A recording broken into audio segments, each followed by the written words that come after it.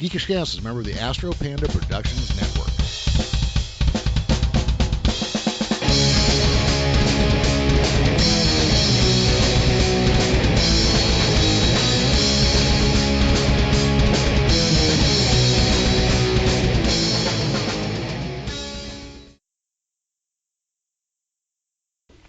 Welcome back to Geekish Cast. I'm your host, Jeremy, and I am a cornhole addict. Joining me today is the creator of Todd and the Book of Pure Evil, Craig Wallace. What's happening, Craig? Hey there. I just want to clarify. I'm the co-creator of Todd and the Book of Pure Evil. I share that title with Charles Pico and Anthony Leo. Anthony Leo was the producer of the original short film, and Charles came on when we were developing the short film into a series. So the three of us are credited as co-creators of the series. Well, I should have had that in my notes, but I did not. But I'll try to remember to reference that going forward. It's a lot of names. A lot of people it is. Making a TV show. Cool. So how's things going? I know you're working on the animated show a little bit. Things kind of coming along. Yeah, no, it's things are great. We're in the final stretch of the animated feature. We should be doing our sound mix next month, so we're very excited about that. It's been quite the journey. There's been lots of twists and turns getting it to this point, but everybody at the animation company, Smiley Guy Studio, is they're working feverishly hard to get everything in there and finished so that we can get this thing out there. We're hoping to have our premiere at the end of the summer and hopefully into theaters in October. Oh, fantastic. Let's go ahead and let's talk a little bit about the history of Todd and the Book of Pure Evil. Oh my God, sure.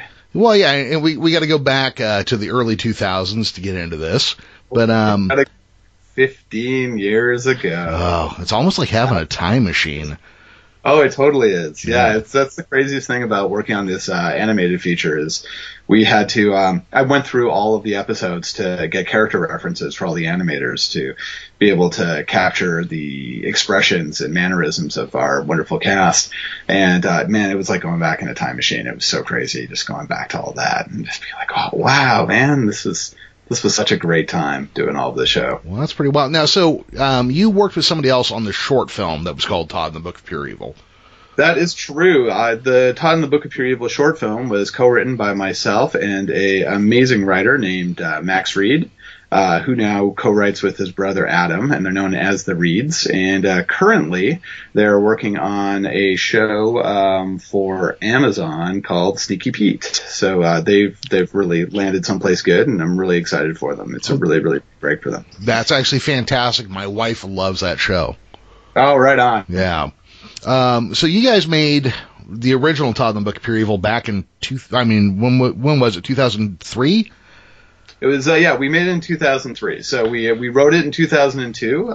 Max and I were both, actually Max and I and Anthony Leo, our producer, were all at this place called the Canadian Film Centre up in Toronto, Canada, which is a lot like the American Film Institute of Canada in a way. And we all met up, and part of the program was to make a short film. And we were encouraged to find like-minded individuals. And one day, as we were starting off, I overheard Max talking to somebody about Lords of Chaos, which, if you are versed in metal, it was the fairly definitive. I'll say it's the definitive entry point for black metal from a book perspective.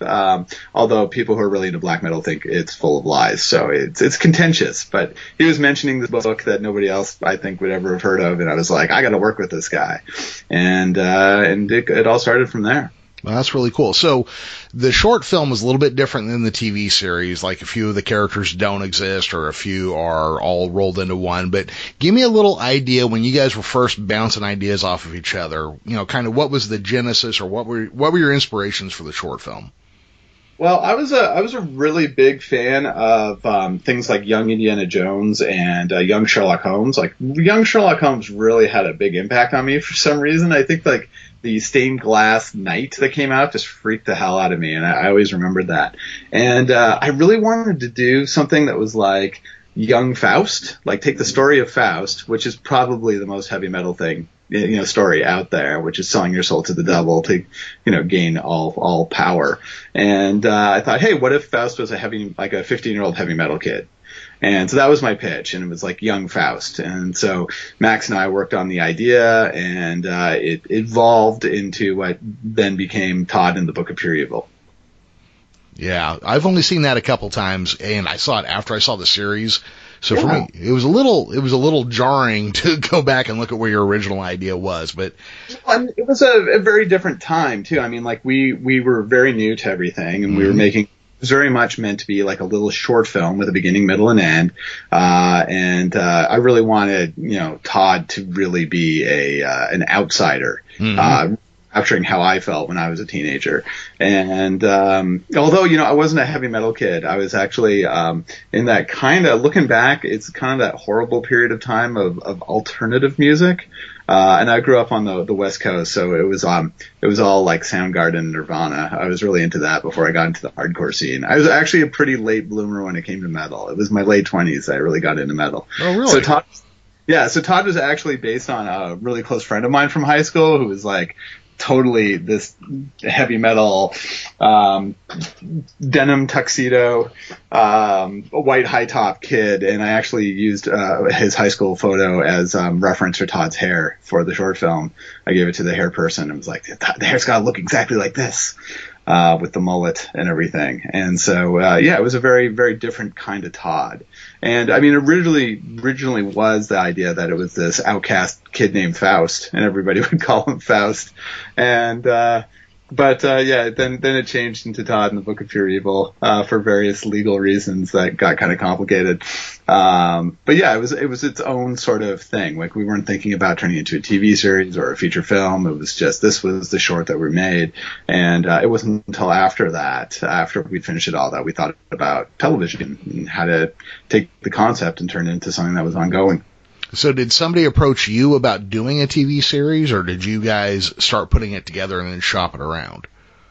Well, what ended up happening is, we ended up having a pretty good response to the short film, and we were trying to think of kind of what to do next. And randomly, I bumped into a guy I knew who was a year ahead of us at the Canadian Film Center, and he told me he had just come back from pitching a television series. And it was really weird because at that point, like, I never really thought about television at all. Like, television definitely wasn't the kind of golden age of television that it is now. So the idea of actually pitching a television series was something I never, ever thought of. And all of a sudden I was like, wow, that's a great idea. We could, do an anthology series where the Book of Pure Evil fell into a different kid's hands every week, and they would get horribly dismembered. And it would just be new kid every week. And by the end of it, they would die a horrible, horrible death. When we started, pitching the idea for that and coming up with, how that would all work, we soon realized that we really needed to have a hero, somebody who would really carry us through this story and having recurring characters, or else we just wouldn't give a shit about what happened every week, and it would be very repetitive. So you're going to shoot for something a little more like the Twilight Zone, but that ended in bloodshed every time.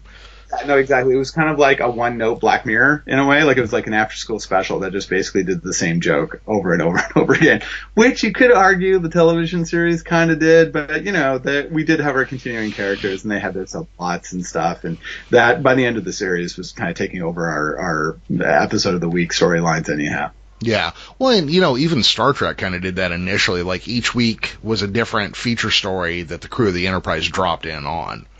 Yeah, totally. And I mean, like most shows kind of start like that, like Buffy the Vampire Slayer started like that, Fringe started like that. And, that's kind of the bait and switch everybody does. You start off with, your really episodic storylines. As you get going along, you get more into the characters and their stories really take over. But now we're in a really serialized age where, episodic is really kind of frowned on in the cool television watching world. Oh yeah, and anthologies are like the new big thing too. Yeah, totally. So we could have been ahead of our time. Yeah, even ahead of our time as we were originally. One of the best descriptions I have read about Todd and the Book of Pure Evil is and I just found it in the last few days, but somebody wrote that it was like Buffy the Vampire Slayer with bloodshed, talking dicks, and dirty jokes. Nice. Yeah, that's pretty close. I thought that was like the closest one I had found. Yeah, we originally were pitching it as Breakfast Club meets Evil Dead, because we were huge Evil Dead and Army of Darkness fans, and huge John Hughes fans. So we really wanted to capture that, the light teen angst of John Hughes, combined with the insane cartoonish bloodshed of Evil Dead and Army of Darkness.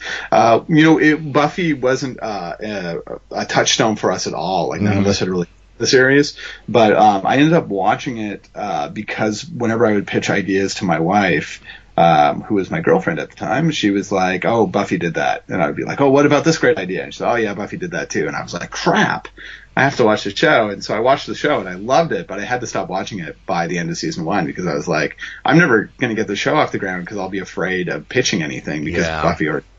So I just backed away from it. So I didn't get too far into the Buffyverse, unfortunately. But yeah. No, that's all right, because you know what? I only made it through the first 3 episodes and gave up myself. But that's okay. So you kind of ran into the Simpsons did it syndrome. Yeah, no, totally. Yeah. And I think that's something that, anybody who's coming up with a TV series, or any sort of creative endeavor, you can really get trapped by that, and you can get completely paralyzed by just thinking, oh, somebody else has already done this. Somebody else has already done it. But, you can run with it. You can run with it like, the guy from from Mr. Robot did. He basically just remade Fight Club as a television series. Mm-hmm. And like, it's Fight Club. And he even got to the point where he started using the same music in it, because he was like, yeah, it's kind of Fight Club. Might as well just put a spotlight right on it. And he just accepted it and ran with it. So there's a certain ballsiness in being able to do that too. Well, so I discovered your show on Netflix a couple years back. Great. And the way it played on Netflix was the dirty language version. Good. And then when it came off and I bought the DVDs, the default language that played was the clean language version. So you can imagine my horror. Was there an alternate track? Yeah. It had alternate tracks, yeah. Right. So when you initially did the show, was it the dirty language track that was broadcast, or was it the clean language track? It depends on what time of day it was. Our broadcaster was a channel called Space here in Canada, which is Canada's version of the Sci-Fi Network in a lot of extent, to a certain extent. And they when they aired before 7 p.m., they had to have like a clean language track. Strangely, content wasn't as much of an issue, like visual content. It was mostly language, so we had to, do our own dubs. We thought about beeping it out. We thought about doing like a little bit of a Metalocalypse kind of guitar solo thing, but Metalocalypse had already done that. So we decided to just actually take the time to go through and redub it, all the language with something else. And some of them actually turned out better than the foul language. Like at one point, Atticus says "you're shit out of luck" in the dirty language version, and clean version was "ship out of dock," and I was pretty happy with that one. That's actually a really good one. Yeah, so I was pretty happy with that. And ass became hatch, which is pretty cool, and it just got kind of more surreal, the cleaned up version. Although I gotta say, they did re-edit the cockfight episode for daytime, and it made no sense. Like it wasn't even like any attempt to make it track at all. It was just complete nonsense because everything was cut out. Yeah, would it been like watching it in Swedish or something? Oh yeah, totally. Yeah. Absolutely. Well, that explains something. So if you're going for something like the Breakfast Club plus, the Evil Dead, because I did notice in one of the early episodes where they're writing the names of victims on the board, it has like Craven, Carpenter, and then Hughes is like the 4th name down the list, and I'm like, is there a horror director named Hughes that I'm missing, or is there another reference I didn't get? Yeah, no, it was very much trying to capture the heart of John Hughes was really important for us. So, as much as things were crazy and gory and stuff, we really wanted to care about this gang and their little interactions with each other and really make it like the Breakfast Club fighting evil. Sure. So as you were doing this, as you were coming up with the scripts for each season, was there ever a concept that made it to screen that you looked at when you first came up with the thought and you're like, we can't do this. This one has gone too far, but you still ended up using?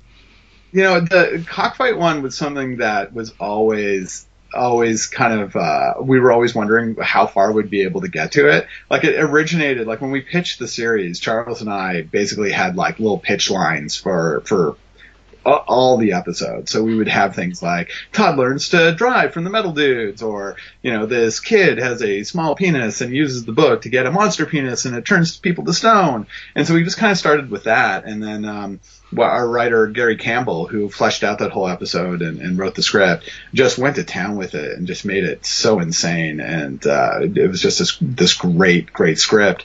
And I remember sitting in meetings with our network executives who would just laugh about the script, and they would just be like, "This script is great. I have no idea how you're going to shoot this." So we would laugh and go, "We don't either."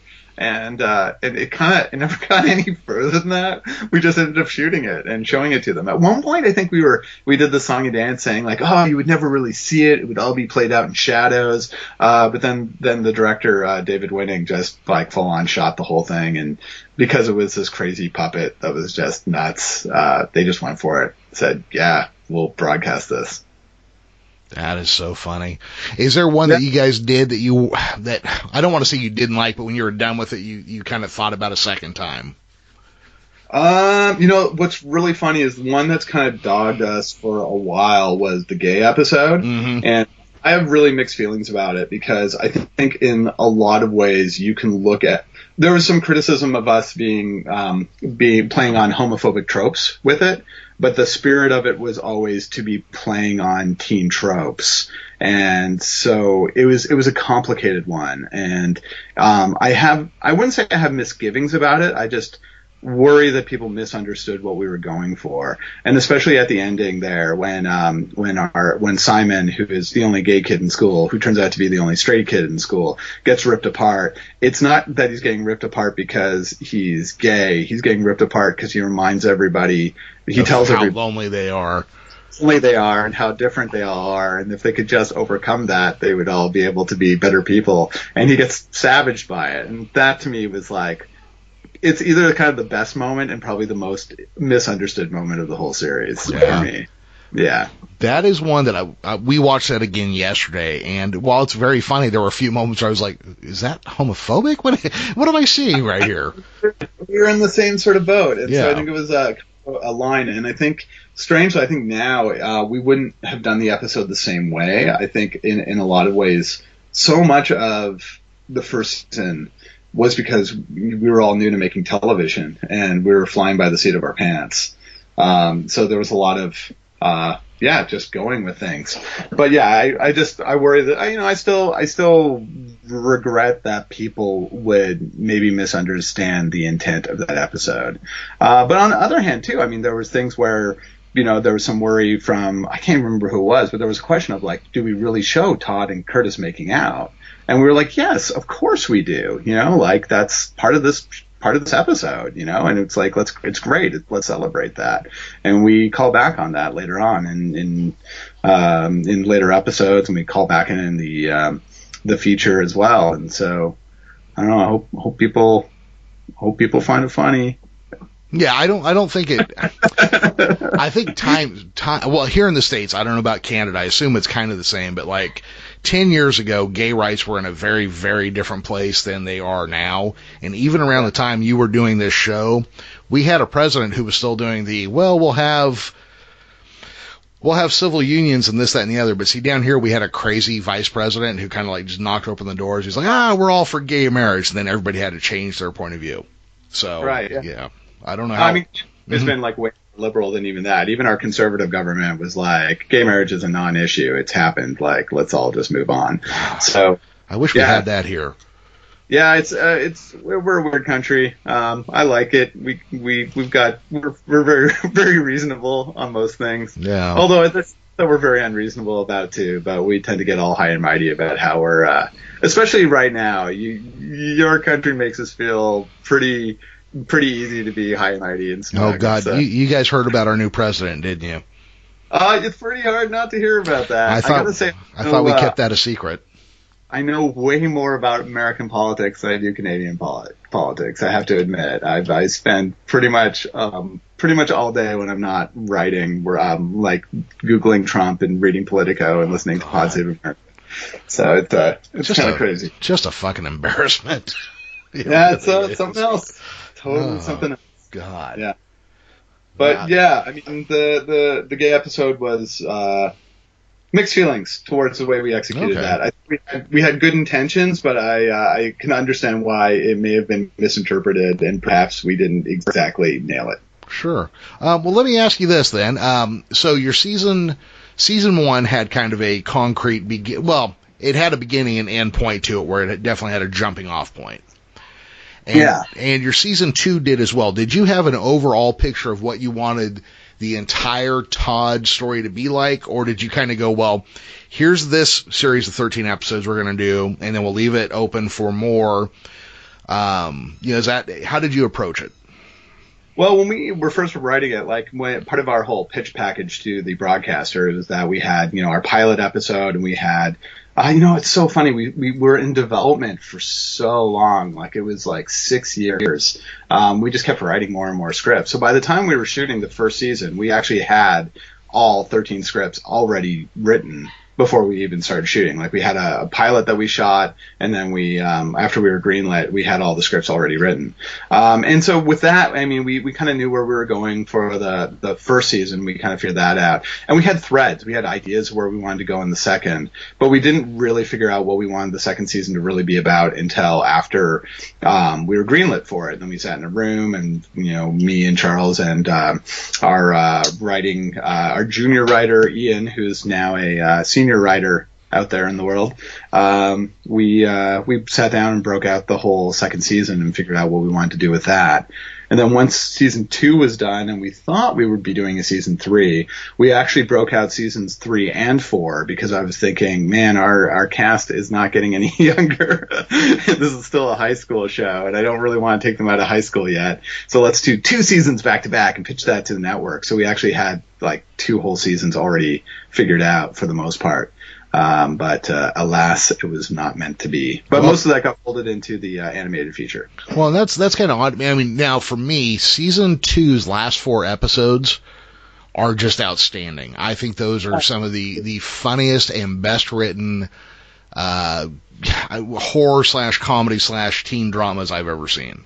Oh, thank you very much. Yeah, I'm particularly fond of. I love every episode, but I'm particularly fond of both season finales, season 1 and season 2. Those, for me, partially because I wrote and directed both of them, and so much of me got in there that I was really happy about. But man, I love the second to last episode of season 2 as well, where the future that. What's really interesting with those 2 episodes, the last 2 episodes of season 2, is I think you can really see where Charles comes from and where I come from. I directed both of them, but Charles wrote the second to last one that goes into the future, and I wrote the finale. And I think really looking at those, you can see where our writing styles differ. But man, it was so much fun doing those. Yeah. So I got a couple questions for you about those last couple episodes, since those are my favorites. The musical episode. The second musical episode.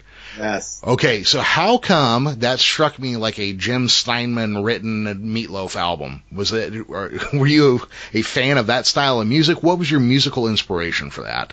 My God. Okay, let me try to get back there. Okay, so in season 1, we did our musical episode, which is all frankly about them doing a musical. So, it was about a musical, they were rehearsing a musical, and then we saw them on stage doing a musical. And so we had a couple of songs in there. Some of it kind of broke the stage thing. Curtis does a little song and dance in the hallway and stuff. And then we were starting to do season 2. Charles was like, hey, do you think we could do another musical? And I said, we can, but we're only going to do it if it's wall-to-wall musical, that the entire thing is just song after song after song with no framing device. It just starts off being sung all the way through. And Charles just looked at me like, we can do that? I'm like, we're going to do it. And that was, that and the title were probably my only really 2 contributions to that episode. And it's one of my favorite episodes. I just being able to give Charles the leeway to just go to town with these songs. And he and our director of that episode, James Ginn, and our composer, Sean Pierce, like they just really made something, and you know, and everybody else on the crew too, especially Mike Marshall, our director of photography, they just made something outstanding. And I just remember, like, I was prepping another episode to direct while that one was being shot, and so I wasn't on set all the time, and I just remember looking over, like, whenever, you know, a shot was being set up, and I was like, this is going to be amazing. It just had that vibe to it. It was just going to be so awesome. So, I mean, we were always a big fan of kind of like the big bombastic-y sort of, you know, metal sort of ballady sort of stuff, especially for the show. And Charles, I mean, yeah, Charles had a real Meatloaf influence to him for all that. I'm glad to know that was actually there and I didn't just make it up. Oh yeah, no, not at all. I mean, oh my God, yeah, like, oh man, yeah, there's so much Meatloaf in all of that. And yeah. I got to let you know too, the Being Horny Makes Us Horny song. every time that plays, my wife just goes, I can't stand this song, and leaves the room. Oh, it embarrasses her, so it's perfect. Oh, that is so good. That's fantastic. I love the fuck you, I'm not sorry song. Oh, speaking of which, so I got to do this real quick, and we're going to come back to the animated episode. Okay. I'm going to mess this kid's name up, but on Reddit, in the Book of Pure Evil subreddit, Dravidin asked me to ask you when the animated movie's coming out, but he wanted me to ask it twice, and then sing the We're So Sorry, So Sincerely Sorry song, but right. My singing voice is terrible, so I'm just going to ask that, and then we'll go back to my chain of thoughts. Sorry, I missed something there. Oh, no. So, I just wanted to get that one out there, and then we'll go back to my original chain of thoughts, then I'll ask again when it's coming out. Yeah. Okay, so am I supposed to answer when it's coming out right now? Yes, you can do that again, because we should hit that a few times. Okay, we'll hit that a few times. So, Todd, in the Book of Pure Evil, the animated feature, The End of the End, will be coming out in theaters in October, and looking at the end of October for a like multi-platform kind of VOD, SVOD release. And all of our Indiegogo contributors will be getting their version copy of the film at the same time as our first premiere, which will be, I'm going to say probably the end of August, but please don't hold me to that and send me angry letters. We are trying to get this out as soon as we can. Okay, so now back to a couple of my questions about the last few episodes. All right. Chris Levins, who played Atticus Murphy Jr. Yes. How much of his comedic genius is the writing, and how much of it is his delivery? Oh man, it's God, it's so hard to say, because I figured it wouldn't be easy. Even looking back, it's like where you know he's just became that, like, I mean, he's amazing. He's just fantastic. Anything that we would do, he would make it better. I think that's the best way to put it. He would just make it better. He would deliver it in some sort of way that we were never expecting. I gotta say, he was serious about his comedy. Like, we would sit there and go over every line, every punchline, every inflection. He would work at it, and he would just nail it, and we just could not, like, sometimes we would just have to leave set because we were laughing so hard. That guy is a gem, and I have no idea why he's not like the most sought after comedic genius in the world. He is amazing. I have no idea, because, like, you know, some of the people in your show, the kid that plays Todd, I knew him, of course, from Corner Gas, because I'm one of the few Americans that knows Corner Gas. All right. Yeah. But when I watch that show, I am there to see Atticus's, you know, his delivery, everything about it. Yeah. And do you guys still make the Obey Atticus t-shirt, or can anybody still get those? Oh my God, I have no idea. Maybe. I don't know if you make their website. I've become kind of a digital hermit ever since the show got not renewed, as we like to say. Mm-hmm. So, I don't have Twitter anymore. I'm not on Facebook. I hide in my own little bubble. And, you know, I really just want to get this movie out. That's cool. Well, let's go ahead. Well, let's go ahead and wrap up my last couple questions about the show, and we'll talk about the animated feature. Right on. So in the episode that you were talking about where they travel through, or where Todd travels through time. Yeah. What is the incident that happened with, that they won't talk about, so we don't even know who it happened with? That's always the question.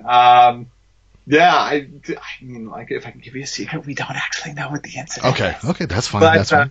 but what I would tell the cast was that Curtis and Jenny and Hannah had a walnut, and they tried to crack it with Todd's sword, but Jenny leaned back too far to get the swing and embedded the sword into Hannah's head and broke the blade off.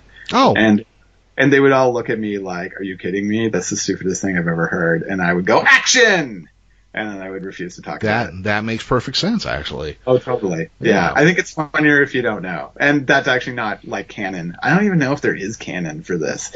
But yeah, it's we will never exactly know what the incident is because it is a future that will never come to be. Well, okay. Well, there we go. Yeah, they wiped that future out because he came back in time. Yeah. Oh, and then this was my wife's question for you. Jimmy, the janitor. Was he supposed to be an early version of what Todd could have been, but he didn't do it because he got himself locked in the school, or what kind of is there more info on him? Yeah, the idea was that Jimmy the janitor was basically pegged by the metal dudes as being a pure evil one, and they used Nikki to seduce him to the dark side. But he ended up locking himself in the school in order to keep the metal dudes from using the book. And so yeah, he is basically a first version of Todd in a lot of respects. Okay. And that's something that evolved throughout these series. It's something that we started looking at and going, hey, I think there's something we could piece together here into a greater mythology. And it's interesting, like, when you're creating a show, that there's a lot of things that kind of occur to you later on that if you look back, you realize, oh, we've been heading in this direction the whole time. Like, we've been seeding a lot of these sort of ideas without really figuring it out ourselves until right now. Yeah, because it definitely seems to, after you've seen the whole series, it does seem to go in that direction from the beginning. Yeah. And then as far as the way season 2 wrapped up, you thought you were getting a season 3 and maybe 4.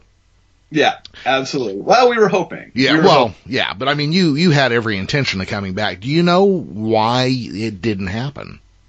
Well, we didn't have the greatest ratings. Okay.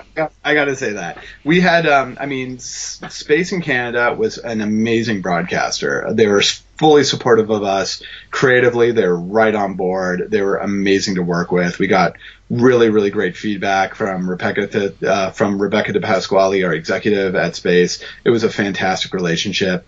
But I think on the whole, the audience for Space just really wasn't into like a half-hour teen horror comedy for adults. Like, it just was a little too out there, outside of the box for them. And so we had wildly eccentric ratings. Like, we would have, the viewership in Canada is pretty small, but we would have like, a really small viewership for like a premiere episode at 9 p.m. And then it would be 10 times that on a 1 a.m. repeat. But then the next 1 a.m. repeat would be like half of what the broadcast was, like the original broadcast was. So it was like always different numbers, never consistent. And, they just weren't strong enough numbers to stay on. Wow. Well, that would explain that. Yeah. So how long after you found out you weren't coming back did you decide? How long after you found out you weren't coming back did you decide to try an animated series? Oh man. Okay. So after we weren't coming back, we had like these 2 seasons all plotted out. And by all plotted out, it's not like we had every episode worked out. We just had the overall arc of what would happen in each season. And so we still had our A stories, and we had a lot of really great ideas. We didn't know exactly how they were all going to play out, but we were really excited about them. So we had this big arc, and I really wanted to finish the story of Hannah being a clone. Like, we had started that, and I really wanted to finish that off. We had a really great direction for that to go in, and so I was really determined to find a way to at least finish off that side of the story. And so we pitched we pitched it as a web series, we pitched it as a TV movie. We kept pitching different things, but Space was part of this conglomerate called Bell CTV. So many different people were buying each other out. Basically, they just wanted to clear house. Like, they really weren't interested in closing off the series. They were like, we're done. We're moving on. Rebecca was really supportive. She really wanted to help us out, but the powers that be were just like, no, we're no longer in the Todd game. And so that's one of the reasons why it took so long for us to get the animated feature off the ground. I mean, like, we were pitching different versions of it. We really wanted to do a live action version of it. At one point, we were toying with the idea of doing a Christmas special that was kind of like inspired by the Star Wars Christmas special, where it would be, it was going to be a talk show, and it would be Atticus Murphy having his own talk show, and Elliot Everwood would be his kind of Ed McMahon.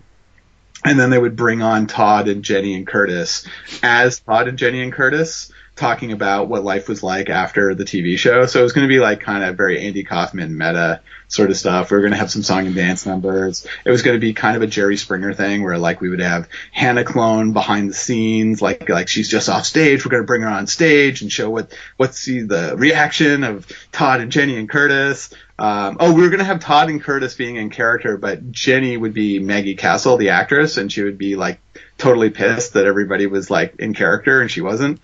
We had like all these ideas. It was going to be super fun, but ultimately kind of brilliant in a way. Yeah, in some ways, like, we really wish we could have done that, but that one we wouldn't have gotten financed either.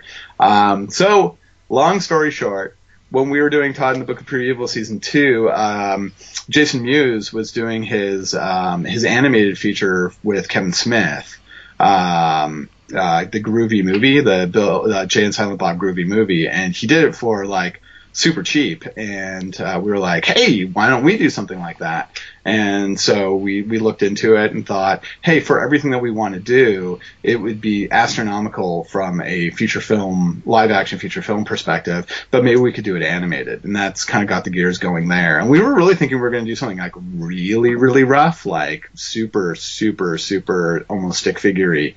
But, we got enough money from Indiegogo and some other sources that we thought, hey, maybe we can actually, do something that's really, really cool with this. And then it just took forever to close the financing. It just took so long to like get all the contracts worked out and get like in that world of financing where you have all the money, but you only get it on delivery. So the bank has to give you a loan based on all of the contracts that you have. It just took forever to get that done. Yeah. So it wouldn't surprise you to know that there's a little animosity towards you guys, the amount of time it's taken to get this together. I live in a bubble. I'm in hiding, basically. I'm so excited about the film. I think it's really great. We put a lot of really hard work into it. It's far exceeded our expectations. The animators have really captured just every nuance of the characters. They've really brought it to life. My co-director, Rich Duhaney, who works with Smiley Guy, has just like, I don't even think he's slept for the last 4 months. He's trying to get this thing done. He's put every ounce of his life into it, and it's just really, really staggeringly exciting. And I just hope people will enjoy it as much as we do. Well, I'm sure. I mean, you definitely still have a fan base out there. Yeah. And this leads to a question. Jeff from Chico, California asked me to ask you, is Todd in the Book of Pure Evil in, whatever, if it's the TV show and the movie or whatever version, ever going to be released on Blu-ray, or are they going to come back out on streaming platforms in the States? You probably don't know, but if you've heard anything, if you could let me know, that'd be great. Well, definitely the animated film will be coming out in a Blu-ray. We talked about that with our distributor, Raven Banner, here. The rights for the TV show are a little complicated, and we're trying to work that out. My dream is to actually do a Blu-ray box set where we can do both first, second season, and the animated series all together as one big thing. Okay. And we're working towards trying to see how we can get that done. We're also trying, and I'm saying trying here, because it is complicated because there are always so many different people involved in making a show, like getting it financed. But we're working really hard to get both seasons on some sort of a streaming platform that people can see before the feature comes out again. So that they'll be out there and easily available for people to binge watch again before the movie comes out. Oh, that'd be great. Because like I said, that's how I discovered it, was on Netflix. Yeah, it's most of our fans really found it on Netflix, and I really wish we were able to capitalize on that when we were still making the show. I think it would have been a different story. We would be possibly making season 6 right now. Well, that leads to the next question. Do you think there's any, after you're done with the feature, is there any life left in new things for Todd and the Book of Pure Evil after that, do you think? Well, we'll see. We'll see how people react to the animated feature, but we have been talking about maybe an animated show. It's we're all getting on in years there, so we've been talking about maybe like, hey, it's Todd revisited 10 years later, and like they're all working at a mall or something. But we've got some ideas. That's cool. We'll see where it all goes. Yeah, well, you saw that's what Corner Gas is doing, right? They're doing a new series, but it's all animated. Well, which is funny because it's actually being done by the same company that's doing the Todd animated feature. So they've become the premier Canadian animator of revisiting old Canadian comedies. That's actually pretty awesome. A couple years ago, my wife and I met Kevin Smith and Jason Mewes. Awesome. And we got our, did one of those things at the convention where we got our pictures taken with them. And I said, I had my arm around Kevin Smith. I said, hey, I got a question. He goes, yeah. And I said, no, it's for Jay. I said, have you heard anything about Todd and the Book of Pure Evil's animated show yet? And he's like, no, not yet. So then Kevin Smith looked sad. That's good. Yeah. Yeah. But it's coming along. It's been fun. It's been a really long process, and it's so weird because we recorded all of the actors, I guess, it's just over 3 years ago now. And it's weird to be watching cuts of the animated film and seeing like the lips move to the words that were uttered 3 years ago. Mm-hmm. It's like it's just this weird time compression that happens. And I think animators are used to it because, it's always a long process. But I'm a live action guy. It's been long. It's been a long process. Well, that was actually going to be my last question. So how prepared were you with your filmmaking background for an animated feature? How much oddball stuff hit you? Well, it's funny because I think you go into it in the business, knowing pretty much how things are going to go, and it just takes a long time, and it makes sense because you're really creating every shot from scratch, and it's a real different process than doing something live action. It was a learning curve, but we had really, the studio Smiley guy was just fantastic to work with, and my co-director Rich is just amazing, and he's really the glue that's kept this whole thing together throughout the last year and a half since we really started getting into the animation in full force. Well, that's awesome. So here is the last question to close on. Norwegian or Swedish metal? Which one do you prefer? Oh, okay. So from a purely musical standpoint, I'm a Swedish melodic death metal guy. Like the Gothenburg sound, like totally. Like Haunted, At the Gates, In Flames. Like that's my world. That's what I love. But from an aesthetic point of view, Man, the Norwegians are crazy balls, man. Like, if this was a Skype video, you could see my true Norwegian black metal book. I've got the giant book with the guy covered in blood and the spikes and the upside down cross and the corpse paint. Like, aesthetically, you cannot beat the Norwegians. The true Norwegian black metal, absolutely fascinating. Total scary motherfuckers. Holy shit, that's outstanding. Yeah, well, I get the feeling that the Swedish metalheads, man, they're all about being really technical and writing really great riffs, and I totally love that music. But man, the Norwegians are out like covered in blood and pig heads and burning down churches and all that craziness. No, you got to have a blow off valve of some kind, right? Yeah. I don't know. I got 3 kids now. If I manage to sneak in a beer at the end of the night and fall asleep, I consider that's a good one. Yeah, but you know what? Consider how much cheaper it is to get a buzz when it just takes one beer. Yeah, true. Yeah, absolutely. And it only takes like a couple of mornings with a hangover with a baby to realize that that's just not worth it. Yeah, that'll clean you up pretty quick. Absolutely. Right on. Well, Craig, thank you very much. Again, real quick here, I know you're kind of a Luddite, but do you know the websites or anything where people can find info about Todd and the animated series when it comes out? The absolute best place to find out about the animated series or the animated feature when it comes out is on Facebook, on the Todd page on Facebook, and our Twitter. And oh my God, I really should know what these are. My wife, who's a producer on the series, is gonna total fucking kill me because I don't know. She's gonna give me some media training after this. But check Facebook, check Twitter, All the news will be out there, and we are working on it. It is real. This is not vaporware. It is happening. It will be out. It will be out soon. Please believe me. It's not like we were like, hey, wouldn't it be funny if we just took years to do this? Wouldn't that be a really funny joke? Like, we really didn't intend for it to take this long. It's taken a long time. You'd be the Sex Pistols of animated films. Yeah, totally. And I cannot stress how much that we love this film and we love our fans, and we're so happy that we were able to do this as possibly a closing chapter on the saga of Todd, or perhaps the start of a new chapter. But we've got jokes. We've got lots of dick jokes. We've got lots of blood. We have lots of dismemberment, and we've got 3 new songs that we're very excited about. That sounds awesome to me. So excited. Yeah. All right, guys, you can catch us at geekishcast.com. We're on Facebook at facebook.com/geekishcast. I tweet from @thegeekishcast. Craig, thank you again for coming on. Thank you. It's been a pleasure. And everybody else, don't be a shit rooster. Geekish Cast is a V as in Victor production and is part of the Astro Panda Productions Network. You can find us now on SoundCloud and on Blog Talk Radio. Our theme music is taken from the song Out to Get Mine by Reign of Zeus. Check them out at reignofzeus.net.